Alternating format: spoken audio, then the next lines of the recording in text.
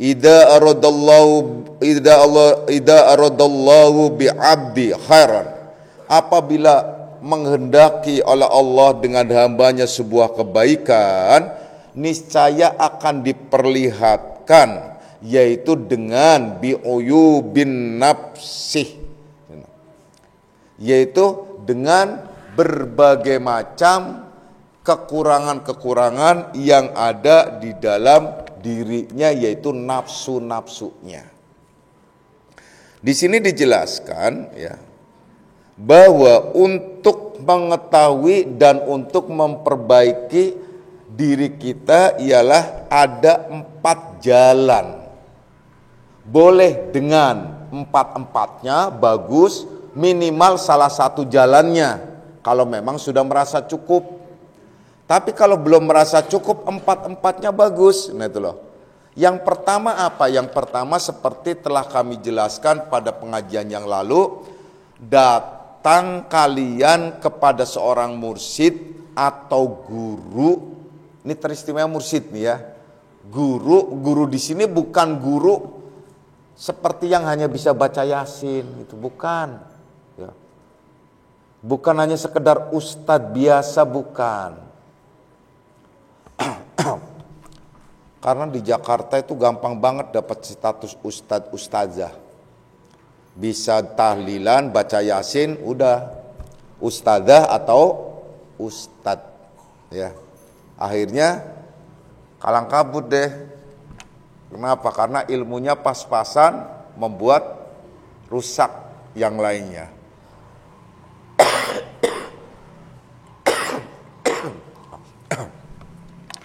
Artinya pada saat ada muridnya yang bertanya, orang jamaahnya bertanya tentang kehidupan, dia jawabnya semena-mena, sesuka-suka. Contoh, setelah baca Yasinan, terus tanya. Ada yang tanya, itu gimana Ustadzah? Ada orang, dia itu head, tapi dia ikut ngaji di Akmalia. Nah tuh, emang boleh ya? Padahal kan enggak, haram itu adalah, wah itu sesat itu. Yang sesat tuh raimu goblok. Ya bodoh banget. Orang haid itu bukan dilarang ngaji seperti kalian sekarang, dilarang sholat, puasa, zakat gak dilarang, baca kitab gak dilarang. Nah, itulah. Orang Rasulullah Sallallahu Alaihi Wasallam saja menyuruh kok orang-orang haid itu suruh hadir di apa? Di waktu Idul Adha atau Idul Fitri. Tidak mengikuti sholatnya, tetapi mengikuti agar mendengarkan khutbah Idul Fitri atau Idul Adha. Nah, ini betapa pentingnya ilmu, ya. Karena ilmu itu disebut nur, ilmu itu cahaya. Kalau kalian tidak mempunyai cahaya di dalam perjalanan kalian sebagai penerangnya, niscaya akan mudah terlunta-lunta, tersesat jalannya dan lain sebagainya. Banyak deh. Semua itu harus pakai ilmu. Apa saja pakai ilmu. Kalian mau hidup di dunia dengan baik dan benar, pakai ilmu. Kalian mau mendapatkan kebahagiaan akhirat, pakai ilmu. Apa saja pakai ilmu. Loh. Bikin combro aja pakai ilmu. Tahu nggak combro? Combro, misro itu pakai ilmu. Ya. Sama-sama tuh. Bentuknya hampir sama. Satu disebut combro, satu disebut misro. Pakai ilmu bikinnya. Kalau nggak pakai ilmu, dia bikin combro jadi misro, yang bikin misro jadi combro karena nggak tahu ilmunya. Apalagi kalian tuh bikin apa tuh? Apa namanya? Klepon.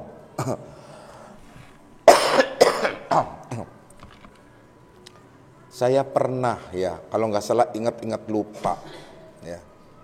Ya saya maaf aja ya ini ya. Maksudnya maaf sama istri. Mau menceritakan kelebihan istri. Bikin apa, bikin roti apa, bikin apa ya. Waktu itu bikin roti, saya suruh uji cobanya ke saya. Pas semakan tuh bentuk apa, pokoknya itu keras banget buat nimpuk anjing tuh lari mesti. Apa itu waktu itu nggak tahu, apa lupa gitu loh. Saya pikir, tapi ditanya enak Pak, enak banget. Gitu. Manis Pak, manis gitu loh. Gitu. Terus baru dah, loh kok nggak habis? Enggak, sebagian mau buat nimpuk anjing biar mati. Gitu. Keras, maksudnya keras, ngomong dong dari tadi. Ya habis kan gak enak juga mau nyela gitu. Udah capek-capek udah ini, tapi kelihatannya sekarang sudah bisa bikin kue macam-macam gitu. Dulu kue itu ya, gak tahu, lupa kue. Tapi kalau yang bikin mesti ingat gitu. Yang bikin mesti ingat gitu ya. Nah itu contoh ya. Itu karena apa? Ilmu tadi. Nah itu loh. Kalian bikin apa? Masak nggak pakai ilmu? Yo. Nah itu. Masak nggak pakai ilmu itu bisa kalang kabut loh masakannya, ya bisa jadi entah kemana itu loh. Ada kadang keasinan, kadang kekurangan kekurangan garam dan lain sebagainya. Ilmu, semua itu dengan ilmu, ya. Bikin apalagi orang Belanda tuh dia nggak tahu ilmunya. Itu giginya pada rontok, pernah terjadi. Kenapa? Yaitu dia pergi ke dulu kan Belanda ya, dulu kan zaman Belanda, zaman peperangan itu, ini ceritanya orang dulu, bener atau enggak, wallahu alam. Itulah hanya cerita aja. Orang Belanda datang karena dia senang sama gadis kampungnya itu adalah orang biasa, dan zaman Belanda itu paceklik ya, kurang lah ini. Nah, Belanda itu akhirnya dikasih suguhan, yaitu makan bareng. Ada lalapan ini macam-macam, itu lalapan. Dia bingung, lalapan Belanda, orang Belanda bingung. Orang kampung itu apa aja kan dimakan, daun-daunan semua dimakan. Ya. Itu daun ini segala macam, termasuk ada sayur pas dimakan dia ketagihan enak, tanya. Ini sayur apa? Sayur rebung. Rebung itu apa sih? Rebung itu bambu muda. Wih, enak banget yang muda ya, apalagi yang tua ya. Pager dimakan akhirnya, rontok giginya semua itu. Iya kan? Bukan berarti yang muda enak itu kemudian tua itu adalah lebih enak, nggak harus. Secara ilmu mungkin teori iya. Ya kan, mangga muda, mengkel, enak. Yang tua lebih enak, manis. Rebung yang muda enak di sayur, yang tua makan itu pager. Ya kan gitu kan, ya kan. Itu contoh gitu ya. Jadi semuanya itu dengan ilmu. Nah itu apa saja dengan ilmu. Gak ada ya dengan yang tidak dengan ilmu. Nah, kalian kalau mau mengenal diri kalian harus melalui ilmu. Kalian mengetahui ilmu kalian. Kalau tidak tahu ilmunya, repot. Maka pertama-tama yang harus kalian lakukan ialah datang ke seorang mursyid, guru yang benar. Yaitu guru yang kaitannya dengan ilmu tauhid, hakikat, ilmu tasyawuf, ilmu torekoh. Ilmu yang kaitannya dengan wilayah batiniah, tidak sebatas syariat, tidak sebatas fikih. Ya.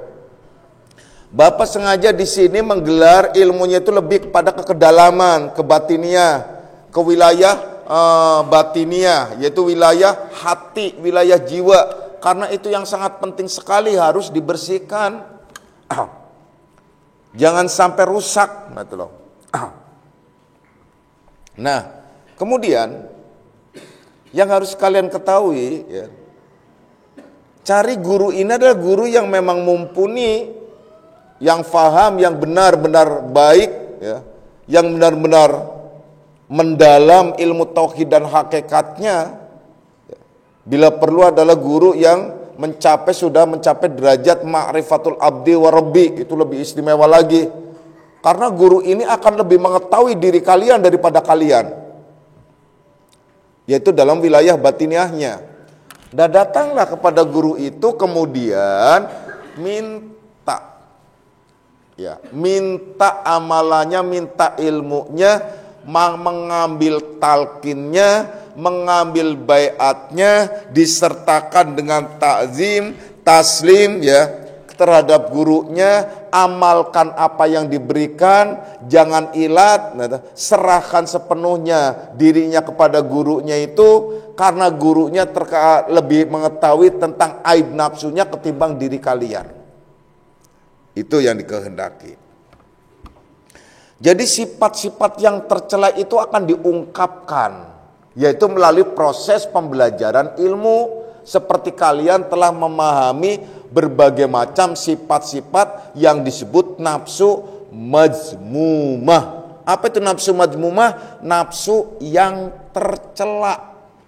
Nafsu yang tercela apa saja sih? Sudah dijelaskan. Amaroh, lawamah, sawalat, contohnya nafsu binatang, nafsu setan, nafsu iblis, yang nantinya juga akan dibahas lebih jauh lagi detail tentang nafsu-nafsu itu. Itu contoh. Kemudian kekurangan-kekurangan yang ada pada dirinya, dan guru itu juga bisa dijadikan sebagai tempat sandaran. Nah, oleh karenanya kalian harus memegang alat-alatnya. Peralatannya itu harus dengan baik dan benar. Kalian pegang alat-alat untuk menuju kepada Allah, yaitu fikih syariat yang baik dan benar. Di sini menggelar tentang lebih kedalaman tauhid bukan berarti Bapak tidak paham dan mengerti tentang fikih. Kalian boleh tanya apa saja tentang fikih, seperti yang di dalam grup ya, grup WA, baik pas masa, pas sema, pas afa, pas munasik, pas salsa, pas humairah, semuanya tiap hari ada dialog dan tanya jawab.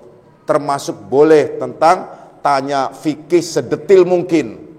Masalah haid, masalah nifas, masalah wiladah, masalah wudhu, berbagai macam. Insya Allah akan Bapak jawab dan Bapak jelaskan dengan baik dan benar, supaya jalannya itu juga baik dan benar.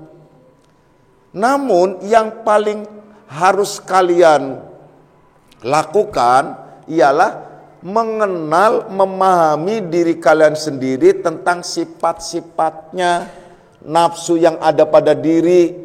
Karena kalau belajar fikih itu ada batasnya, yaitu batas selesai. Contohnya belajar wudhu selesai, belajar sholat selesai langsung dilakukan, belajar zakat ya selesai, belajar manasik haji ya waktu mau haji aja selesai sudah. Nah itu loh.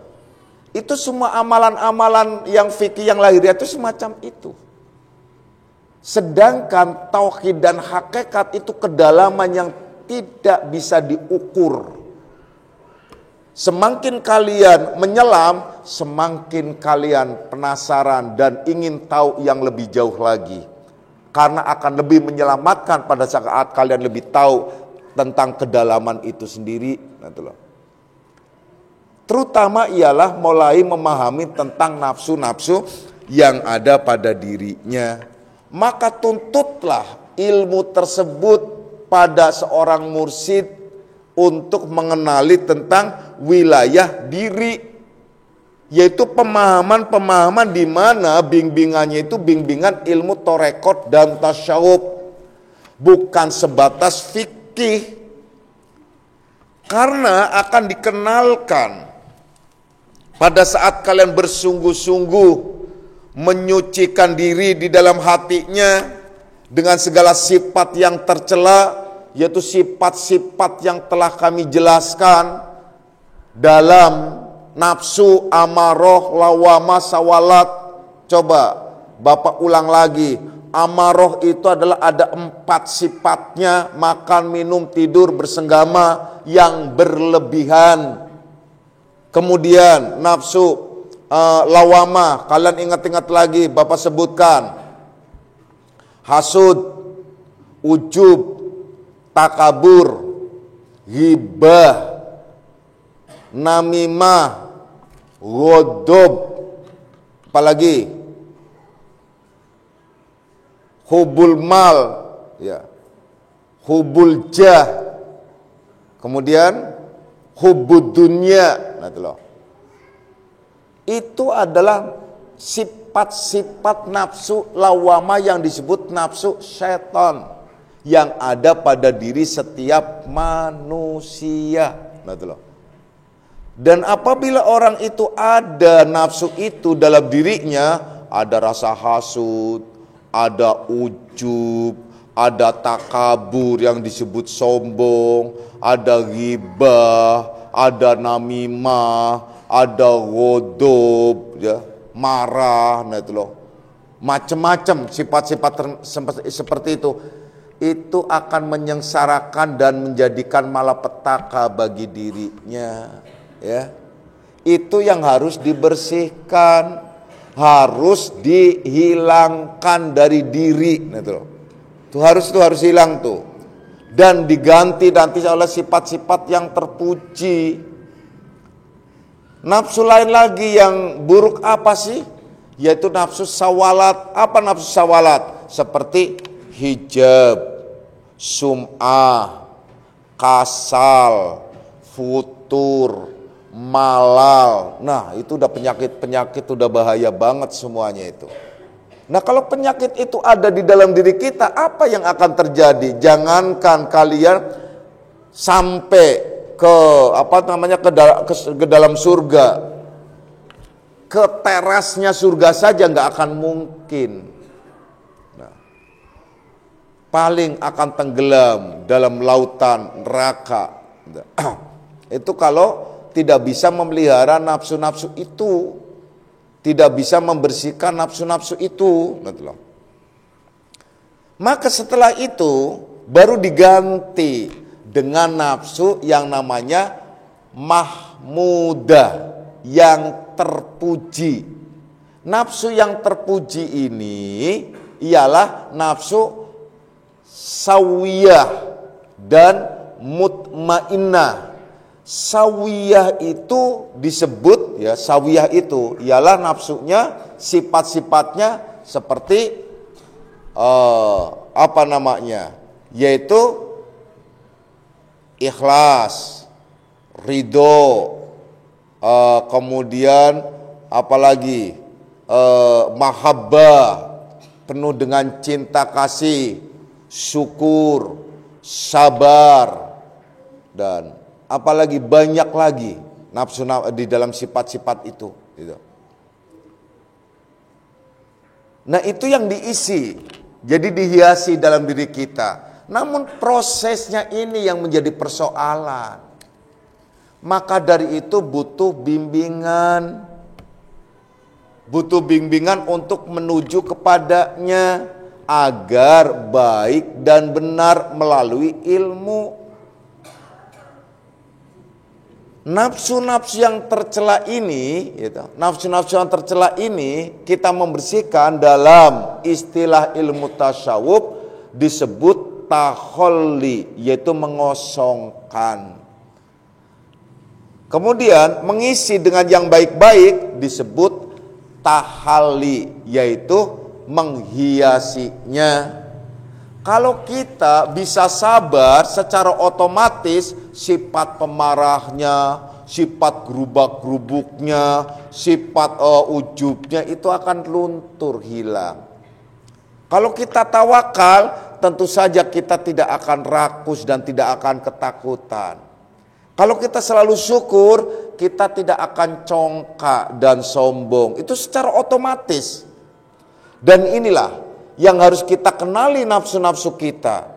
Maka nafsu-nafsu kita yang harus kita kenali diisyaratkan pula di dalam hadis, man arafa nafsah faqad arafa rabbah.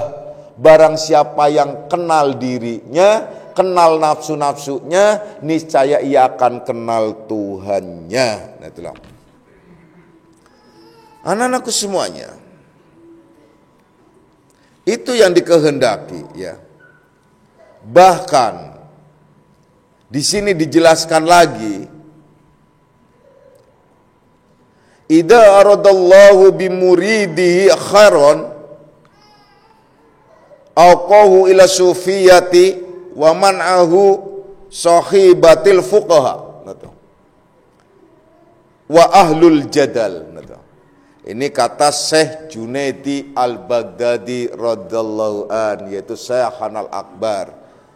Jadi apabila Allah menghendaki satu kebaikan bagi seorang murid, niscaya dia dijadikan cenderung dan dekat dengan orang-orang ahli sufi, orang-orang yang ahli membersihkan jiwa dan hatinya. Dia akan dijauhkan dari orang-orang yang disebut ulama fuqaha, ulama yang hanya bergulat dalam fikih saja, dan ulama yang atau orang-orang yang ahlul jadal, orang-orang yang hanya suka bertengkar, suka show off tentang ilmu, suka diskusi mencari kemenangan hanya untuk pamer. Nah itu loh. Jadi bukan mencari kebenaran di dalam diskusi, lebih banyak mencari kemenangannya. Nah itu yang dikatakan salah. Jadi kalau Allah menghendaki hati seorang salikin, seorang murid, ya, satu kebaikan dalam dirinya, itu dia dicenderungkan hatinya, didekatkan pada para kekasih-kekasih Allah, orang yang suka membersihkan hati dan jiwanya. Bukan didekatkan dengan orang-orang yang ahlul jadal, orang yang hanya bisanya berwacana tentang ilmu, yang bisanya hanya berangan-angan. Nah, itu yang berbahaya. Dan tidak sedikit juga orang-orang yang berbahaya juga apabila dekat dengan para kekasih Allah. Karena apa? Para kekasih Allah atau yang disebut contohnya akmaliyah contoh. Ini akmaliyah kalau diibaratkan, kalau diumpamakan itu adalah sumber energi. Mungkin kalau dikatakan lagi, ini akmaliyah ini ilmunya itu sumber energi, atau disebut saja sumber tenaga listrik. Nah itu loh. Kalian bayangin sumber tenaga listrik. Nah, kalian adalah orang-orang yang mau mengambil energi itu. Dan itulah yang diisyaratkan dalam kisah Nabiullah Musa alaihissalam tatkala beliau hijrah, ya, mau ke Mesir, nah itu loh, dengan istri-istrinya. Nah, sementara istrinya pada saat itu sedang hamil. Kemudian pada saat itu sedang dalam kondisi gelap ya, dan terjadi hujan petir, hujan, akhirnya dia berteduh di bawah pohon. Ya. Setelah bawah pohon, Nabiullah Musa melihat ada cahaya kelap-kelip, cahaya di Gunung Tursina. Nah, itu di Bukit Tursina. Akhirnya beliau berkata terhadap istri-istrinya, kamu tunggu di sini. Saya akan mendatangi cahaya itu. Semoga saya bisa mengambil cahaya ini untuk menjadi obor kita, perjalanan untuk kita semua. Ini di samping kejadian itu benar, juga sekaligus sebagai isyarat bahwa kalian itu harus bisa mengambil cahaya sumber energi dengan alat yang baik dan benar. Nabiullah Musa tentu saja ngambil dengan alat yang baik dan benar untuk keluarganya. Kalau kalian tidak mempunyai alat untuk mengambil energi, kalian bukannya dapat keterangan, dapat penerangan, malah kalian mati kesetrum. Coba bayangin aja. Makanya harus pakai alat.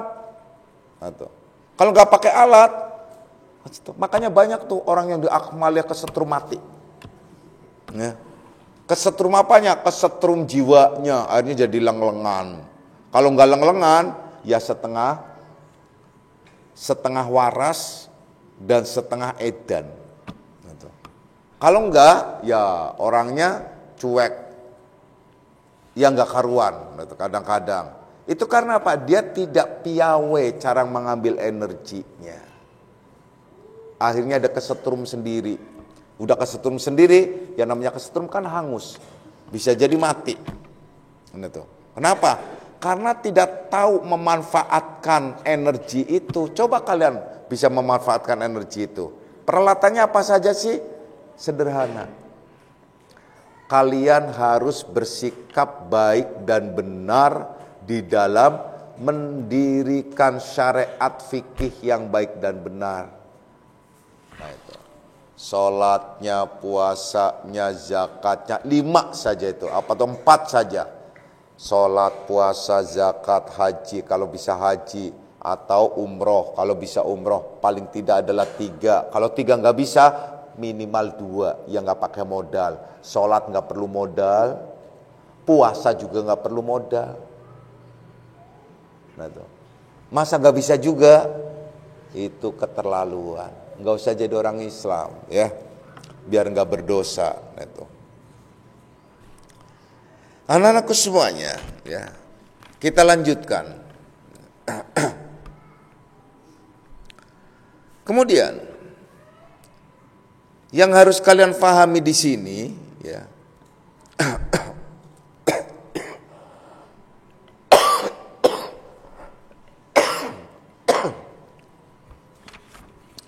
bahwa kalian itu harus belajar ilmunya dengan baik dan benar. Kemudian jangan mengkonter ilmunya, dengan ilmu yang sebenarnya kalian belum punya, hanya akal atau katanya.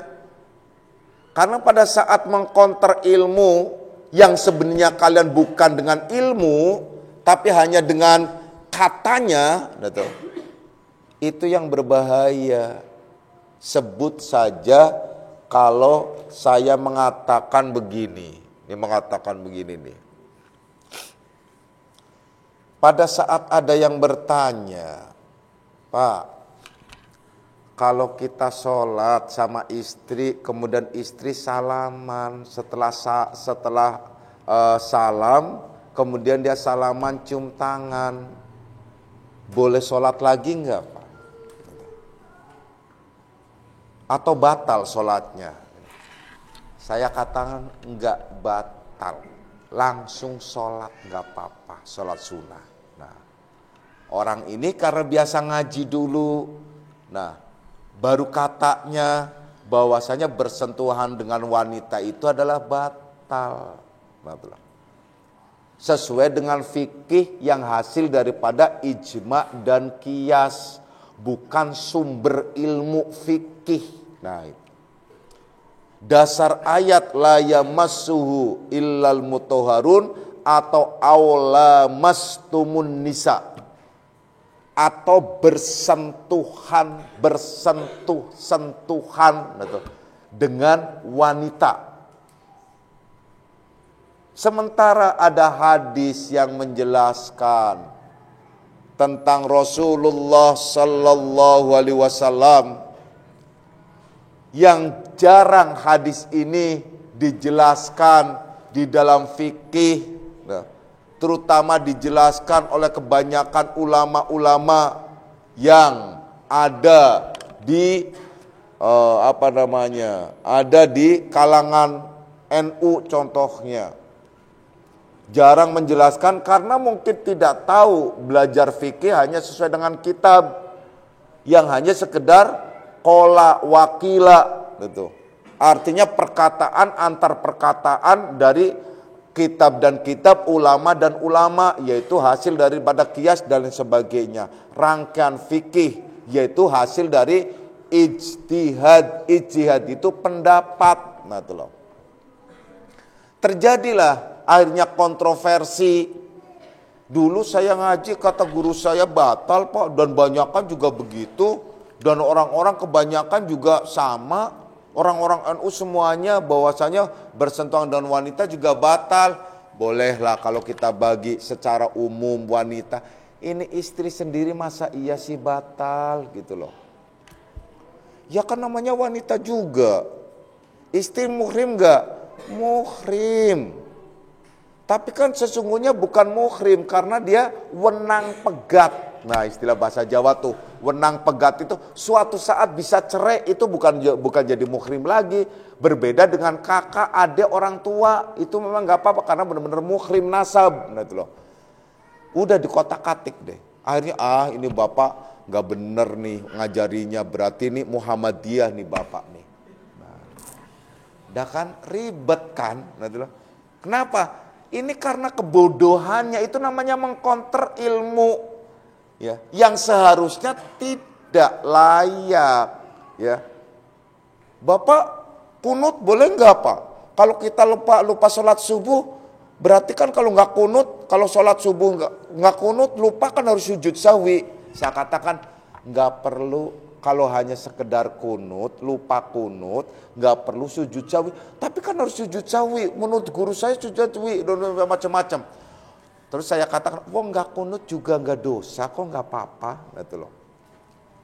Ini bapak persis nih. Ya udah kan akhirnya nuduh lagi. Nih ngelayanin orang yang kemlekeren semacam ini, paling empat deh. Makanya ngajarin orang paling enak itu adalah bodoh-bodoh sekalian, pinter-pinter sekalian. Kalau kemlekeren itu susah. Yang namanya kemlekeren gimana sih? Kemanjon atau kemlekeren atau setengah mateng, nah itu loh ya. Nah, mateng enggak, mentah enggak, itu kan serba susah. Kalau telur kemlekeren itu telur yang tidak jadi ya tidak jadi itik ya, tidak jadi tidak jadi itik gitu loh. Kayak kanjan, teriak-teriak lari dia mau goreng telur, pas plek buka ada pitiknya, pluk gitu loh. Teriak-teriak, saya pikir alhamdulillah dong, beli telur dapat pitik. Nah tuh. Alhamdulillah malah teriak-teriak, bukan pitik gitu loh. Nah itu ya, nah juga bau. Nah, lain ya persoalannya. Ini telur kalau udah baunya itu sekampung itu kalau pecah itu ya. Itu contoh tuh. Itu kemlekeren namanya. Itu orang kalau ilmunya nanggung kemudian kesana sini enggak, itu bisa jadi semacam itu ya. Seperti kayak singkong juga. Kalau setengah matang juga rusak ya. Nih, itu yang nggak boleh tuh dikonter semacam itu. Bapak dibesarkan dari kecil di kalangan Nahdlatul Ulama. Bahkan kalau kalian datang ke kampung saya, itu mayoritas NU. Bahkan dulu kalau ada orang Muhammadiyah aja udah dituduh sesat dan kafir. Murtad namanya. Saya gode-gode kepala, heran ini orang ini. Saya pikir sesadis itukah gitu loh. Bahkan guru saya, notabene guru saya sendiri itu mengatakan sesat, gitu loh. Murtad dan sesat itu. Bukan orang Ahlussunnah wal Jamaah itu murtad dan sesat. Saya sampai goyang kepala. Almarhum tuh, almarhum. Itu almarhum itu ya bapaknya itu tuh yang sekjen EPI itu. Nah, itu contoh ya, contoh yang paling sederhana. Nah, kita lanjutkan. Jadi terima ilmu apapun dan jangan menganalisa ilmu gurunya karena tidak akan bisa. Guru itu, nih perhatikan, guru itu punya banyak rahasia, apalagi guru yang kaitannya dengan wilayah tauhid dan hakikat. Jauh banget. Guru fikih saja itu adalah dia ada rahasianya. Ini dikaitkan dengan makalah yang disebut bahwasanya lirrububiyati sirrun. Bagi Tuhan itu ada rahasia. Jika diungkap rahasia ketuhanan disebut labutillatin nubuwah. Itu akan batal kenabian itu. Jadi tidak ada nabi. Linnubuwati sirrun. Bagi nabi juga ada rahasia. Lauku syifa. Jika dibuka tentang rahasia kenabian disebut labutilatil ilmi. Maka akan batal ilmu tersebut. Jadi sudah nggak ada, ilmu itu rusak. Lil ulama'i sirrun, dan bagi ulama juga ada rahasia. Lauku sifat, jika diungkap, dibongkar tentang rahasianya, labutilatil ahkam, batal tentang hukum. Hukum itu tidak berlaku lagi. Rusak. Ya. Contohnya sederhana. Kalau kalian sumpamanya bersama dengan ulama, kemudian ulama itu ternyata dia dari waktu zuhur sampai asar, dia pergi dari jam 1, kok dia nggak pernah ngajak sholat berjamaah gitu loh. Akhirnya kalian nuduh, wah ulama ini sesat nih. Kenapa kok orang-orang pada sholat nggak sholat? Sampai ketemu maghrib, sampai pulang isya nggak sholat juga. Bingung dia, wah nggak bisa diikuti, ini sesat ini ulama. Dia nggak tahu bahwa punya rahasia sebelum berangkat dia sholat zuhur, asarnya di jamak. Nah itu loh. Karena dia di jalan, dia juga bisa jadi ke toilet dan sebagainya, dia ragu tentang kebersihan dan kesucian celananya, maka dia tidak mau melakukan sholat maghrib di jalan. Maka dia sengaja maghribnya ditarik isya waktu dia sampai rumah, dia nggak tahu dia sholat. Tapi dia langsung nuduh itu sesat. Ini apa? Bodoh. Nah itu loh. Jadi nggak bisa, nah itu loh. Nggak bisa menuduh begitu saja, nah itu loh. Itu contoh yang paling sederhana.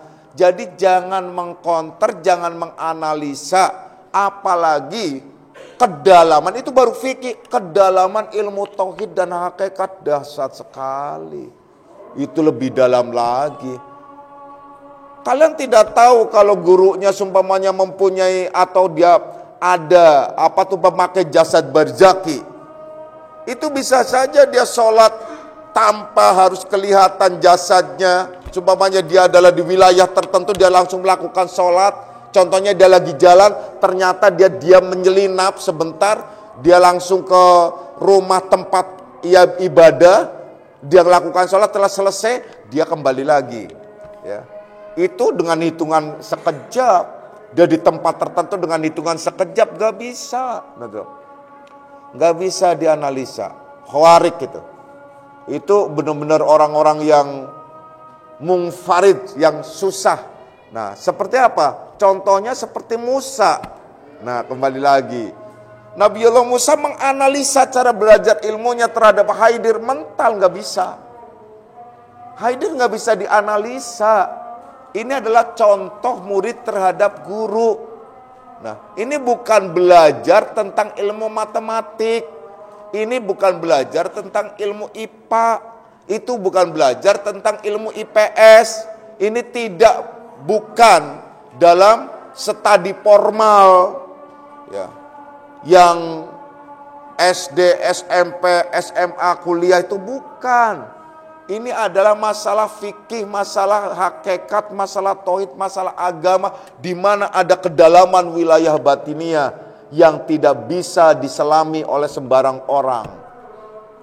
Itu ya.